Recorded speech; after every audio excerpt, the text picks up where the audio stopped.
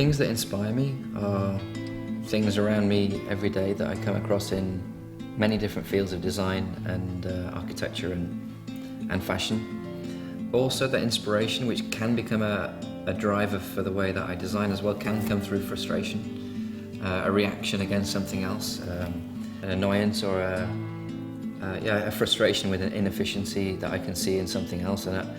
And I don't like the kind of mediocre, just the kind of, it's the way it's been done before. And I see something and people say to me, well, that's just the way it is. That probably gives me the biggest boost to say there's no reason why. So let's unpick that assumption and find out what was the starting point for that preconceived curve, and then just go off on a totally different tangent.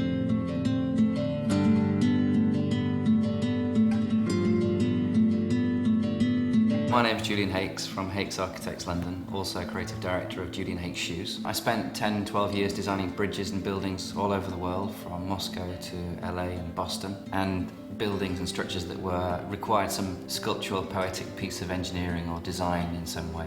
I'd kind of been thinking about a series of little projects on the side for quite a while, and I've been drawing and designing shoes since 2006. One day I just thought I should just stop sketching and start making. I got my own foot and some tracing paper and masking tape, and I thought, well, my foot is the canvas for this design, and if we were to try and design a shoe for today from today's materials and technologies, how would it be designed, what would it look like?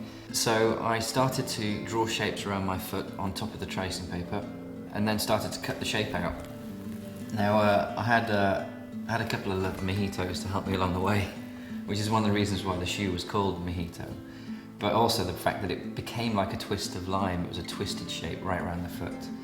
And it was something that was light, and it was fresh, and it was different. It's something that is totally unique in its shape and its design and form.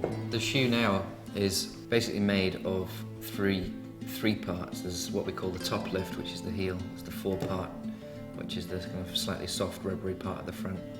And there's the main frame. And that main frame, we've been through so many different variations of this, and it's been a process of digital printing, 3D printing, hand modelling, sanding, sculpting, then re-laser scanning in 3D. So there's probably a process of 30-40 different prototypes that we've been through.